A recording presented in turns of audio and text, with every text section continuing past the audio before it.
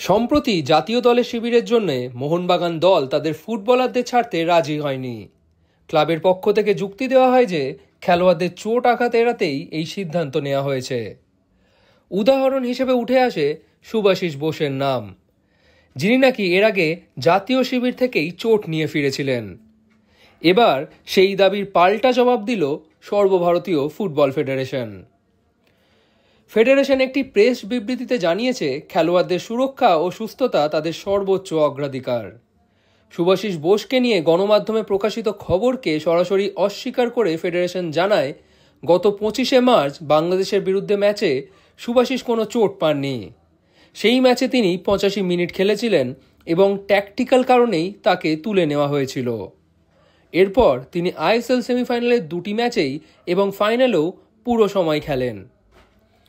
বিবৃতিতে আরও বলা হয়েছে, শুভাশিস বোস গত 18ই মে জাতীয় দলের ক্যাম্পে যোগ দেন। এর কিছুদিন পর তিনি অস্বস্তি অনুভব করেন। মেডিকেল পরীক্ষা করে জানা যায়, গত 12ই এপ্রিল আইএসএল ফাইনাল চলাকালীন তিনি চোট পেয়েছিলেন।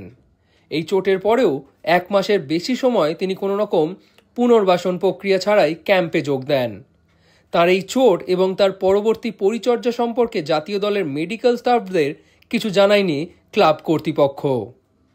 সবশেষে ফেডারেশন গণমাধ্যম এবং সকল পক্ষকে ভুল তথ্য ছড়ানো থেকে বিরত থাকতে এবং শুধুমাত্র যাচাই করা অফিসিয়াল সূত্রের খবরের উপর নির্ভর করতে অনুরোধ জানিয়েছে।